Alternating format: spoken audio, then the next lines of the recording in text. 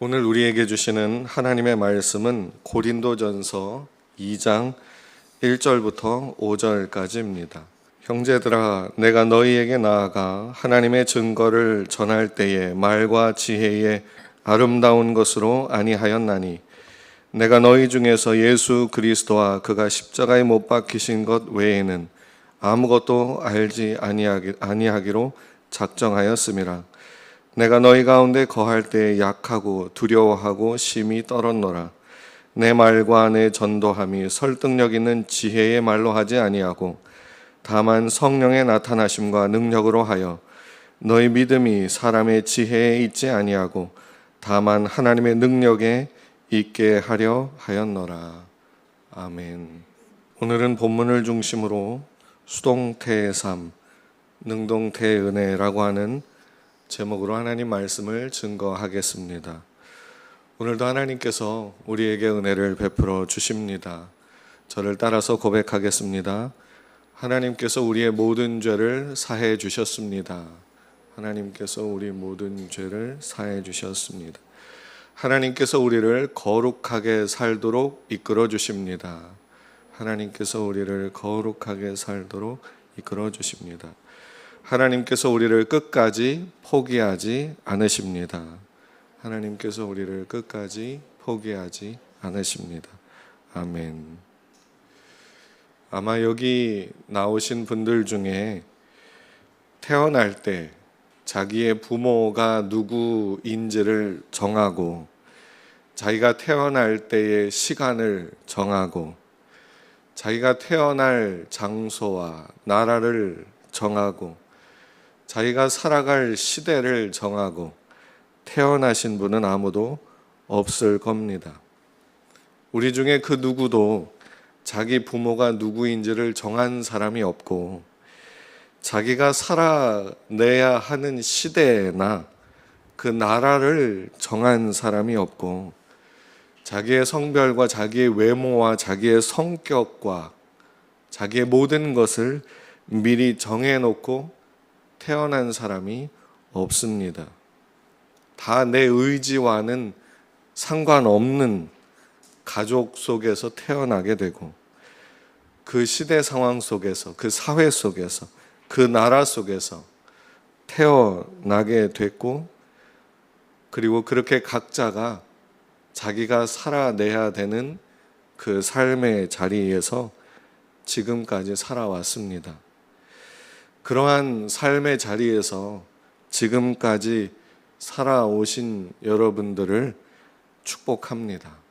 힘들고 어렵고 고통스러운 많은 일들이 있었겠지만 그래서 우리가 서로 잘 모르기에 어떤 삶을 살아왔는지 우리가 다 알 수는 없지만 그래도 각자가 처한 남에게 말 못할 그런 상황들 속에서 고생하며 살아오셨다라고 수고하셨다고 말씀을 드리고 싶습니다. 우리는 우리가 정하지 않은 그런 환경 속에 태어나서 지금까지 살아오게 됐는데 이러한 상황들을 우리가 또 마음대로 바꿔낼 수 없다 보니 각자가 다 삶에 대해서 애증을 가지고 계실 것 같아요. 애증이라고 하는 말은 한 대상을 놓고 사랑하는 마음과 미워하는 마음, 좋아하는 마음과 싫어하는 마음이 동시에 존재할 때 그걸 애증이라고 말하지 않습니까? 우리는 우리가 살아가는 삶에 다 애증을 가지고 있는 것 같아요. 쉽게 생각해서 우리가 일하는 일터를 생각해 봅시다. 각자가 열심히 공부하고 노력해서 아마 일자리를, 회사를 들어가셨을 겁니다. 정말로 열심히 노력하고 땀 흘리고 다른 사람들과 경쟁하면서 내 실력을 남들보다 그래도 조금 낫다고 하는 내 모습을 드러내려고 얼마나 많이 노력을 합니까? 그런데 그렇게 해서 들어간 그곳에서 또 원치 않는 사람들과 나와 전혀 맞지 않는 사람들과 같이 일을 하고 또 지내다 보니까 그 고생하며 힘든 것이 너무 힘들어서 그만두고 싶고 나오고 싶을 때가 아마 있을 겁니다. 그런데 어느 순간 가족이 생겼고 어느 순간 부양해야 되는 사람들이 생겨버렸습니다. 그래서 싫지만 정을 붙여야 되고 좋지만 그래도 끝까지 좋지 않은 그런 상황에서 또 지내야 되지요. 결혼이라고 하는 것도 그렇지 않습니까? 상대방이 없으면 죽을 것 같아서 그런 마음으로 결혼을 했지만 처음에는 그 사람이 없으면 죽을 것 같았는데 어느 순간 그 사람 때문에 죽을 것 같은 상황이 펼쳐지는 그런 게 우리가 해야 되는 결혼 생활 아니겠습니까? 제가 지금 무슨 말씀을 드리려고 이러는 거냐면 우리가 살아내야 하는 이 삶의 자리라고 하는 것들을 잘 보면 내가 원하든 원하지 않든 하나님을 만나야 되는 곳이 바로 거기다. 바로 그곳이 하나님이 일하시는 곳이고 바로 그곳이 하나님을 경험해야 되는 곳이다라는 걸 말씀드리려고 그러는 겁니다. 우리는 신앙생활을 보통 어떻게 생각하냐면 내가 살아온 삶, 내가 살아내야 되는 삶과 전혀 무관하게 고상하고 품위 있고 단정하고 아름답고 뭔가 다른 사람이 볼 때 이렇게 뭔가 품이 있어 보이는 그런 모습으로 신앙생활을 하고 그렇게 하나님을 섬기고 그래서 하나님을 잘 믿으면 우리의 삶이 그렇게 되어지기를 뭔가 고상한 모습으로 신앙생활 할 수 있게 되어지기를 모든 삶이 그렇게 되어지기를 원하지만 그렇지 않다. 그 말씀을 드리려 하는 겁니다. 우리가 살아내야 되는 삶이라고 하는 건 우리로 하여금 고상하게 살도록 놔두지를 않지요. 우리 자신만을 봐도 그렇습니다.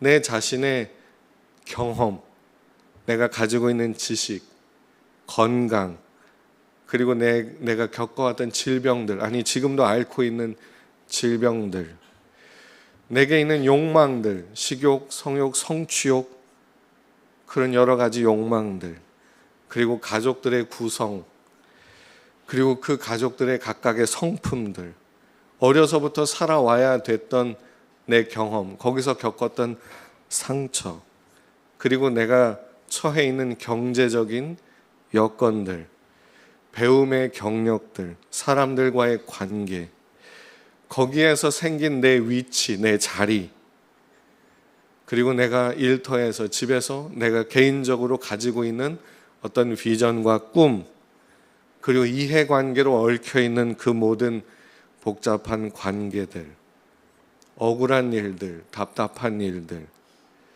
속상한 일들, 이 모든 것들이 우리를 고상하게 살도록 놔두지 않지요. 그리고 하나님도 우리가 하나님을 잘 믿으면 이런 것들로부터 완전히 분리가 돼가지고 하나님이 모든 지저분하고 더러운 것들을 다 하시고 나는 그것과 상관없이 고상하게 살게 되는 그런 거 아닙니다. 우리가 하나님을 만나야 되는 곳이 바로 그 삶 속이고 거기에서 주님은 우리를 만나 주시고 그리고 거기에서 우리는 주님을 만난 자로서 그 삶을 살아가야 되는 거지요. 그러다 보니 힘들고 어렵고 그리고 주님 앞에서 참 못나고 부끄럽고 추한 모습을 가지고 살아내야 될 때가 참 많습니다. 원하는 대로만 할 수 없는 삶의 자리다 보니 어쩔 수 없이 일해야 되고 내 마음대로 하고 싶어도 그러지 못하고 다른 사람들이 하는 대로 따라가야 할 수밖에 없는 그런 자리에 묶여서 살아가는 것이 우리의 모습이지요. 그런데 여러분, 우리가 항상 잊지 말아야 되는 것은 그 지지고 볶고 살아가야 되는 거기가 하나님이 우리를 찾아오시는 곳이고, 거기서 못나고 부끄러운 모습으로 살아가게 되어도 하나님이 우리를 거기서 만나 주신다라고 하는 걸 우리가 잊으면 안 됩니다. 오늘 우리가 읽은 본문을 보십시오. 사도 바울이 고린도에 갔을 때에 그가 어떤 마음으로, 어떤 심정으로 그곳에 가서 사역을 하려 하는지를 소개해 주고 있는 그런 구절입니다. 이 사도 바울은 원래 유럽 쪽으로 가서 거기에서 복음을 전하기를 원했습니다. 하지만 성령께서 그를 이끄셔서 그쪽으로 가지 않고 고린도로 향해서 이렇게 가게 하셨지요. 사도 바울은 자기가 가려고 했던, 가고 싶었던, 그리고 그곳에 가서 복음을 전하고 싶었던 그곳으로 간 게 아니라 전혀 예상치도 못하고 생각지도 못하고 준비도 되어 있지 않은 그곳으로 가서 복음을 전해야 했습니다. 그러니까 사도 바울은 지금 아무런 준비도 되어 있지 않은 상태입니다. 하나님께서 모든 것을 다 리셋 시켜버려 가지고 사도 바울로 하여금 지금 전혀 생각도 못하고 예상도 못하고 계획도 세우지 않았고 생각지도 안 했던 그 길을 걷게 하시는 거지요. 사도 바울이 그런 상황에서 뭐라고 말합니까? 오직 예수 그리스도와 그분이 십자가에 못 박히신 것만을 내가 붙잡고 가겠다, 이런 말을 하고 있지요. 무슨 말입니까? 삶의 정황, 삶의 자리를 정해 주시는 분은 하나님이시고, 거기에서 어떻게 살아가게 될지 거기서 하나님께서 어쨌든 붙잡아 이끌어 주실 것이니, 나는 내가 처하게 되는 자리가 어디든지 간에 그것에 대해서 더 이상 고민하지 않고, 그것에 대해서 더 이상 내가 붙들고 씨름하지 않고, 거기에서 내가 어떻게 살아가야 될지, 무엇에 초점을 맞추고 무엇에 내 마음을 쏟고 무엇을 내가 집중하며 살아가야 될지에, 그것이 무엇인지에 대해서 지금 사도 바울이 고백을 하고 있는 겁니다. 여러분, 이러한 사도 바울의 고백이 우리의 고백이 되면 좋겠습니다. 우리 각자가 처한 삶의 자리, 하나님은요, 우리로 하여금 어떤 상황과 정황에 우리를 묶어 놓으시고 거기에서 비로소 하나님의 뜻을 이루어 가게 하시는 분이십니다. 우리가 기독교인으로서 어떻게 살아가야 되는지를 깊이 고심해야 되고 고민해야 되는 부분이 바로 여기지요.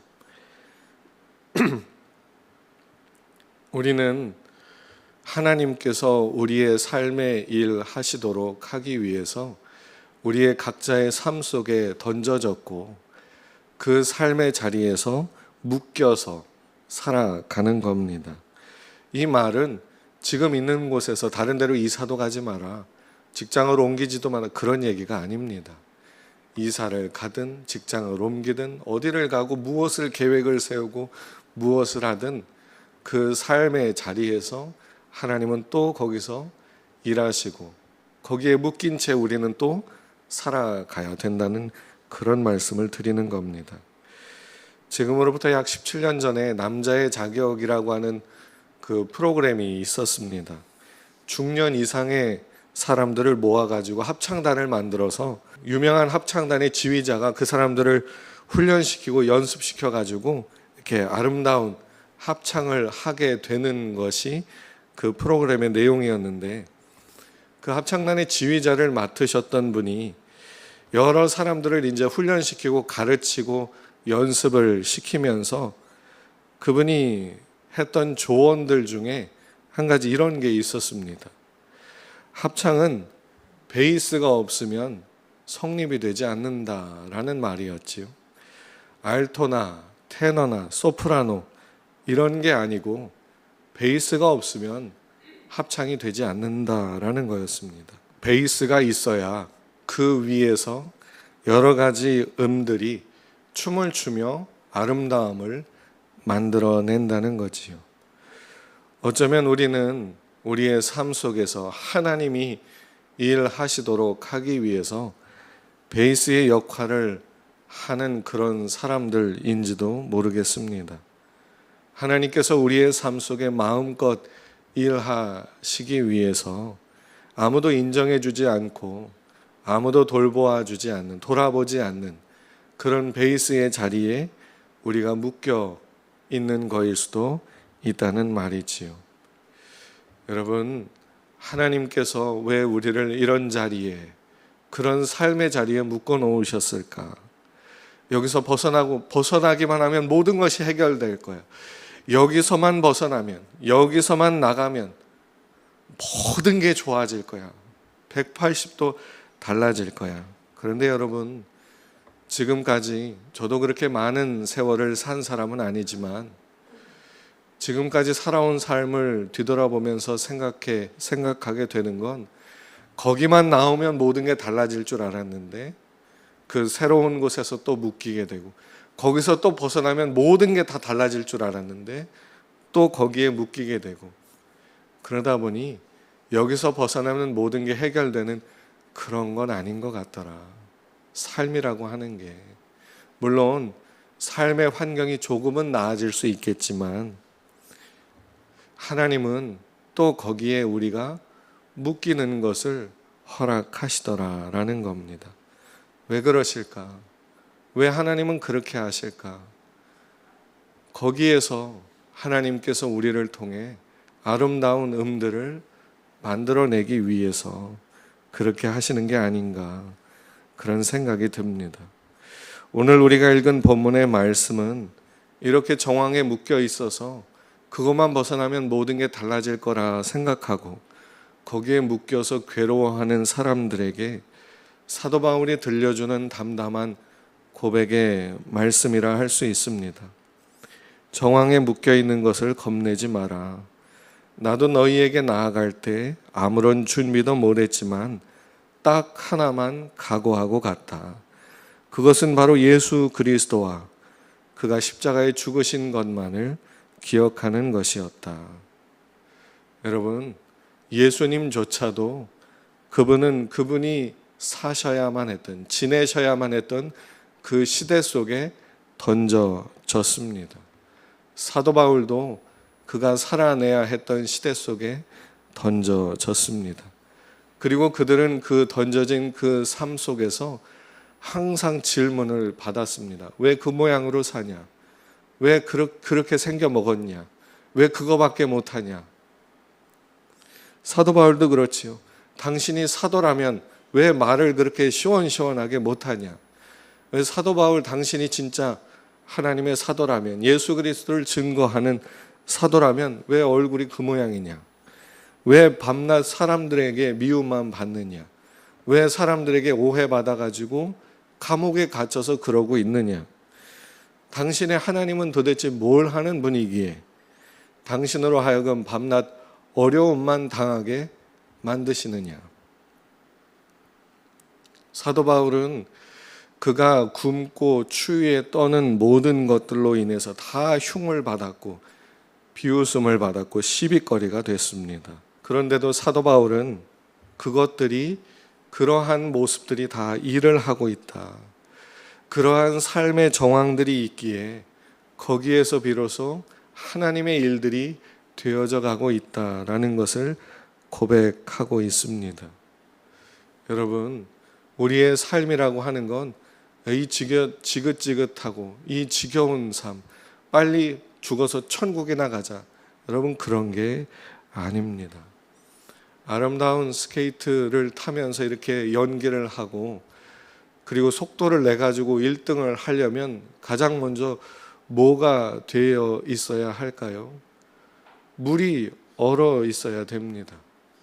물이 얼어 있는 곳이 쫙 펼쳐져 있어야 거기서 스케이트도 타고 아름답게 연기도 하고 그리고 속도도 내면서 경주도 합니다. 강이 얼어붙지 않으면, 물이 얼어붙지 않으면 아무것도 할 수 없는 것과 같이 우리도 우리 각자가 자기의 삶에 묶여 있지 않으면 하나님의 은혜와 하나님의 영광과 하나님의 역사하심과 하나님의 일하심은 나타날 수 없는 겁니다. 그래서 우리는 기독교 신앙을 가지고 승리하자, 이기자, 오늘 한 주도 승리하십시오, 이기십시오, 막 이렇게 우리가 교회에서 이야기들을 하는데, 여러분, 이 승리라고 하는 게 뭡니까? 성공이라고 하는 게 뭡니까? 기도 응답을 받고 잘 된다고 하는 게 뭡니까? 세상에서 다른 사람들은 수많은 돈을 가지고 성공하고, 어떤 사람들은 인맥이 좋아가지고 진짜 뭐 여기저기 모르는 사람이 없어서 성공하는데, 나는 그런 게 없어서 하나님 믿는 신앙으로 성공하는, 여러분, 그런 성공을 우리가 말하는 건 아니지 않잖아요. 말하는 건 아니잖아요. 세상에서 다른 사람들이 다 가진 돈이 없어서, 인맥이 없어서, 그런 게 없어서 나는 하나님으로 성공해야지, 우리가 말하는 성공, 승리는 그런 게 아니잖아요. 죽음을 이기는 종교, 승리하는 신앙이라고 하는 것은 세상 사람들이 말하는 것처럼 다른 사람들 위에 군림하고 올라서는 그런 걸 말하는 건 아니지 않습니까? 하나님의 구원과 그분의 일하심은 우리의 삶의 정황을 떠나서는 이루어질 수 없습니다. 성경을 보십시오. 성경에는 하나님이 일하신 모습이 담겨 있지요. 그런데 그러한 하나님의 일하심과 하나님의 영광과 하나님의 능력과 하나님의 놀라움들이 어떻게 나타나고 있습니까? 다 그들이 살아내야 했던 그 힘들고 고통스러운 상황에 묶여서 어쩔 수 없이 그 삶을 살아내야 했던 그런 사람들을 통해서 하나님의 일하심이 우리에게 보여지고 있습니다. 그들이 살아내야 됐던 그 옛날 100년, 1000년, 2000년, 3000년 그 전에 그 시대 속에서, 그들이 처해 있는 사람들 속에서, 그들이 처해 있는 국가, 그들이 처해 있는 권력과 가정과 그런 배경 속에서 태어나가지고 지금 우리가 누리지도 못하는 이런 혜택들 전혀 누리지 못하고 그 어려움과 그 고통 속에 묶여서 거기서 울고 불며 괴로워하며 그렇게 살아내야 하는 그런 삶의 자리에서, 어떤 때는 진짜 막 남들이 겪지도 않는 죽음의 고난을 간신히 넘겨야 하고, 남들은 겪지도 않는 상처와 허물을 겪어내야 하며 그 속에서 고통스러워하며 하나님께 부르짖어야 했던, 여러분, 그런 삶 속에서 하나님의 일하심이 보여지고 우리에게 들려지고 있지 않습니까?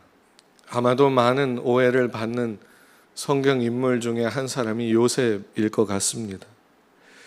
보통은 그 사람을 비전의 사람, 꿈의 사람으로 말하지만, 여러분, 우리가 요셉을 대하면서 가장 먼저 인정해야 될 건 꿈을 꾸고 싶은 대로 꾸는 사람은 없다라고 하는 겁니다.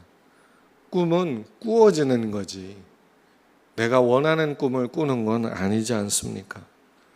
꿈이라고 하는 건 철저히 수동적이고 피동적인 겁니다. 그러면 요셉을 꿈의 사람이라고 부른다면 그 말은 바꿔 말하면 뭡니까? 수동적인 사람이요, 피동적인 사람이요, 하나님께서 이끄시는 대로 어쩔 수 없이 이끌려갔던 사람이, 그 사람이 요셉이었다, 그런 뜻이 아니겠습니까? 요셉은 자기가 원하지도 않는 꿈을 꾸었고 그게 신기해서 형들에게 말했더니 형들에게 팔려졌어도 거기에서 그래도 나름대로 열심히 하면 나아질 줄 알았더니 오해를 받아 감옥에 처박혀 들어가게 되었고, 감옥에 들어가서 나아질 줄 알았더니 거기에서 계속 그렇게 살아내야만 했지요.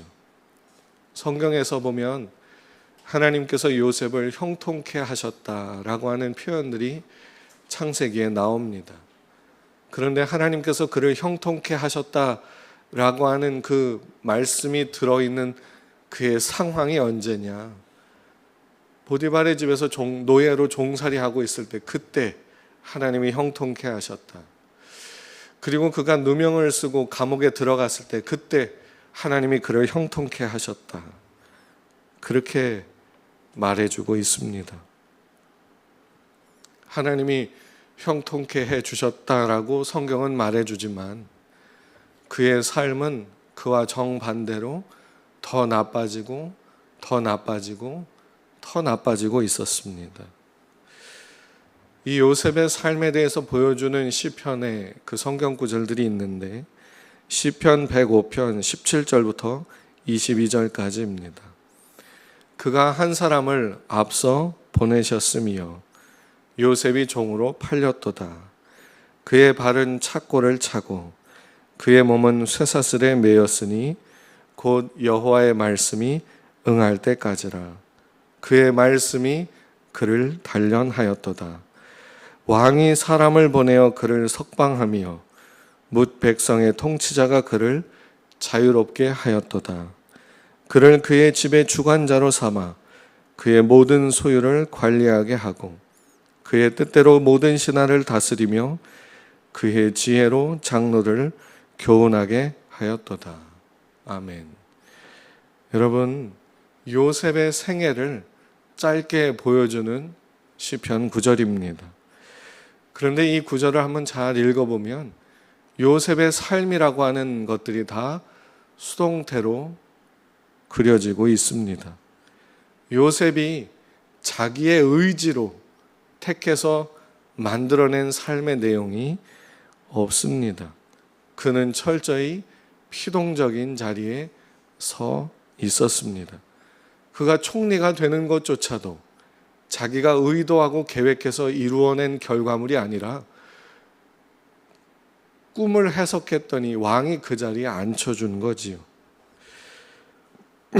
요셉이 탈출해낸 것도 아니고 시험을 봐서 점수를 잘 받아낸 것도 아니고 전혀 의도치 않게 계획하지 않은 그 자리에 서게 되고 그 일을 하게 됐습니다.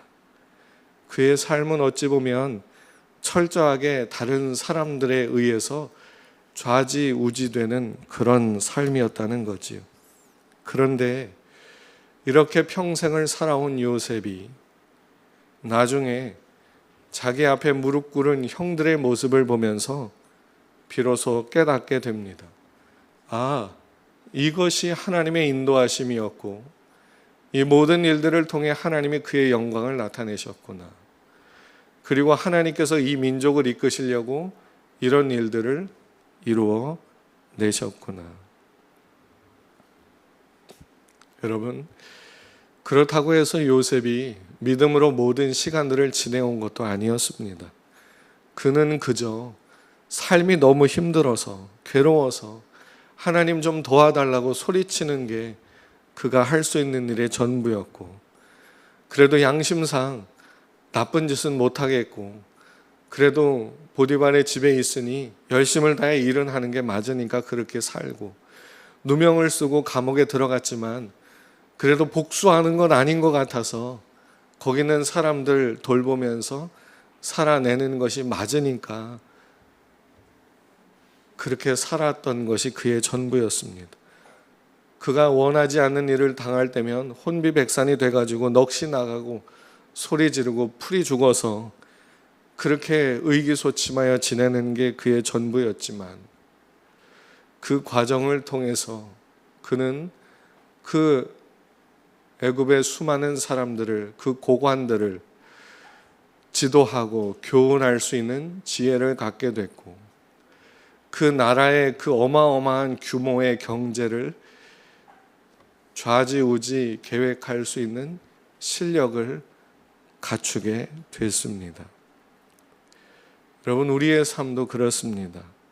어딘가에 붙들려 있고 묶여 있는 것, 내가 선택하지 않았고 그리고 내가 책임질 수도 없는 삶을, 그 짐을 평생 지고, 어떻게 생각해 보면 원하는 곳에 가보지도 못하고 세계 방방곡곡을 여행해 보지도 못한 채 이곳에서 그저 여기에 묶인 채 살아가게 되는 것, 남들과 비교하면 억울하고 답답하고 속상할 수 있겠지만 여러분, 그 속에서 하나님이 일하고 계시고 그 속에서 하나님이 우리를 만나려 하고 계시다는 것을 꼭 기억하셨으면 좋겠습니다.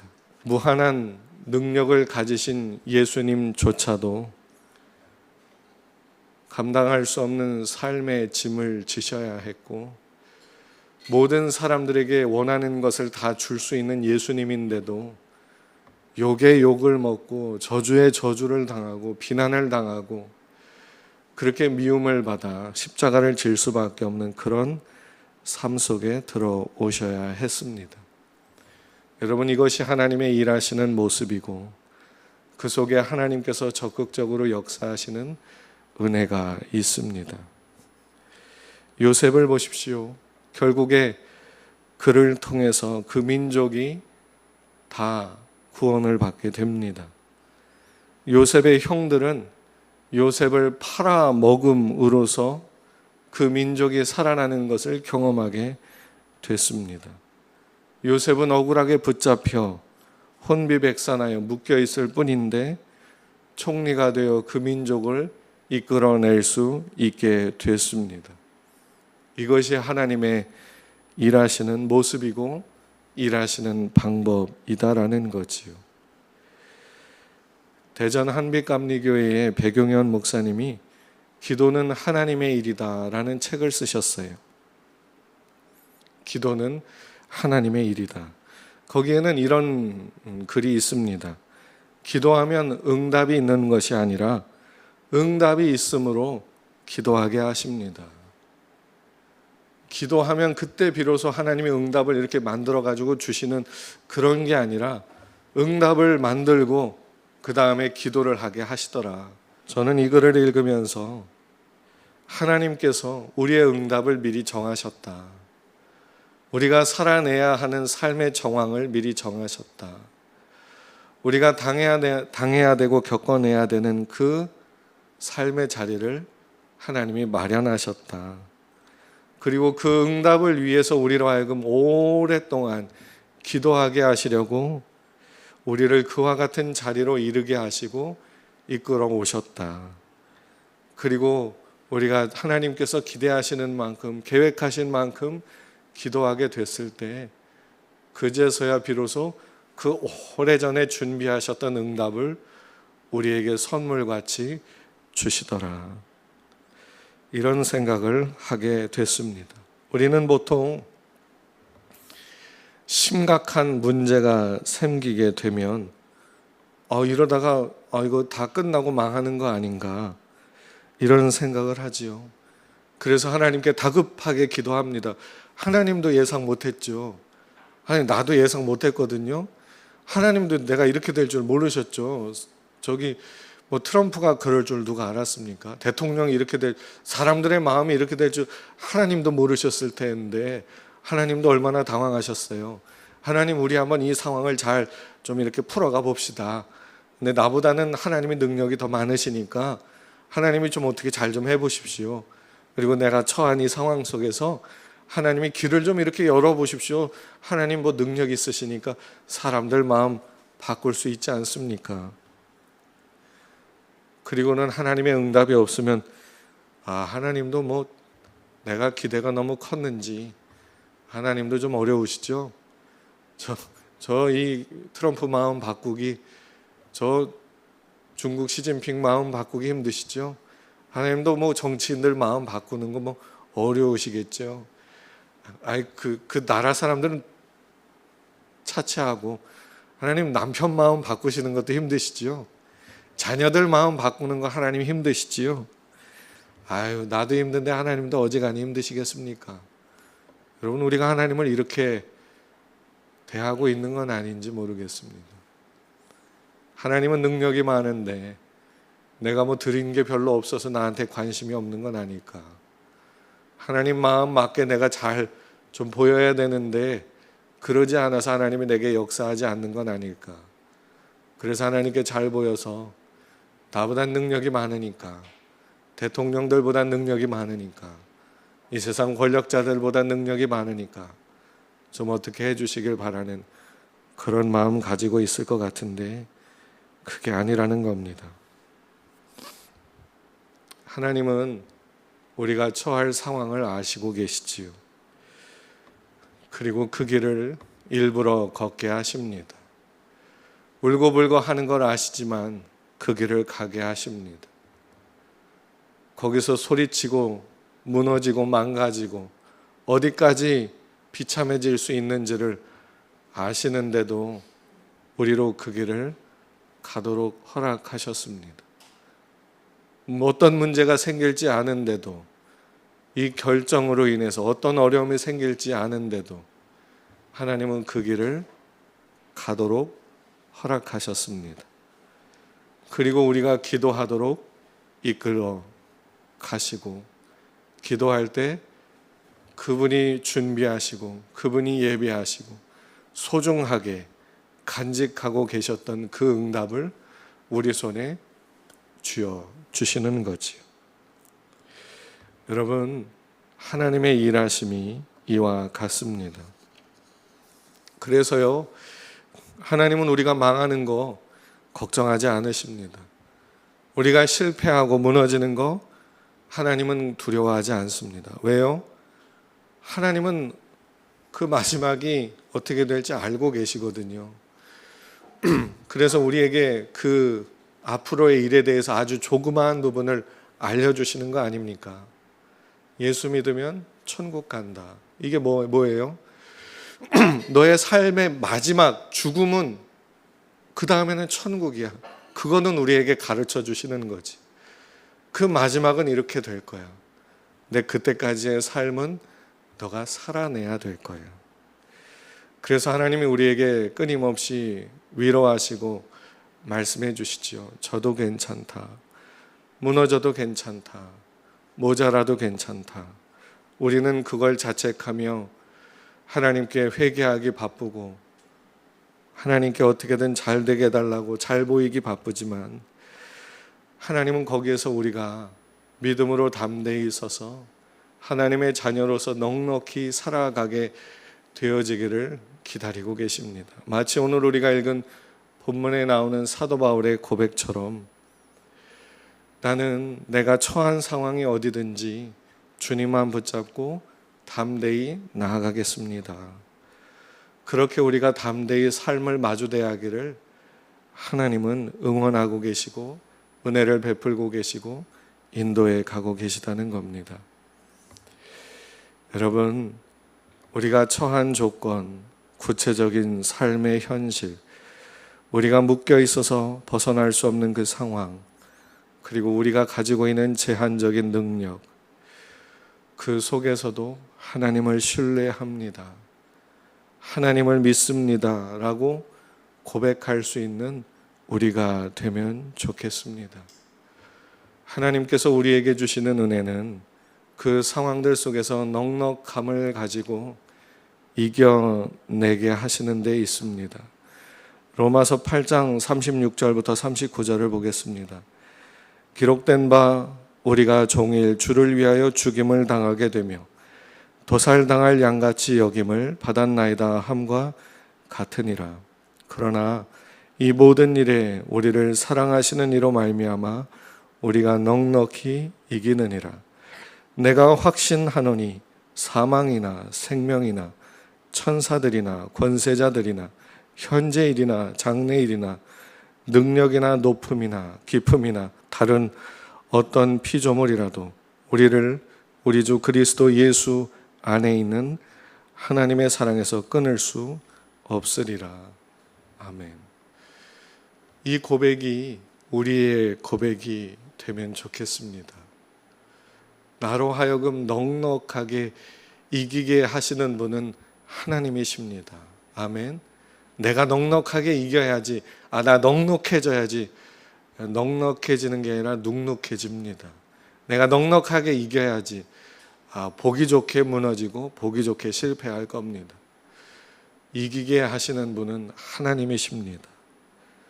우리가 하나님의 사랑을 확신하며 그분의 은혜를 믿으며 살아가는 한 하나님께서 우리로 넉넉하게 이겨내도록 도우시고 붙잡아 주실 겁니다.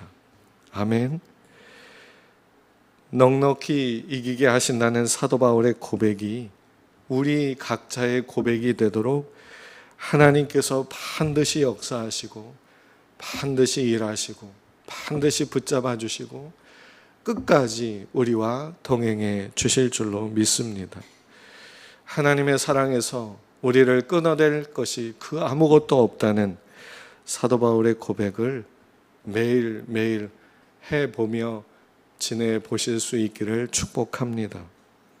비록 이 자리에 묶여 살아내야 되는, 그래서 이거밖에 할 수밖에 없는 게 내 모습이지만 이 속에서 이기게 하시고 승리케 하시고 하나님의 영광을 드러내게 하시고 울고불고 기도하며 간구하는 가운데 하나님의 뜻이 이루어지는 것을 반드시 우리로 보게 하시고 하나님께 영광 돌리도록 이끌어 주실 줄로 믿습니다. 이러한 은혜를 누리게 되시기를 주님의 이름으로 축복합니다.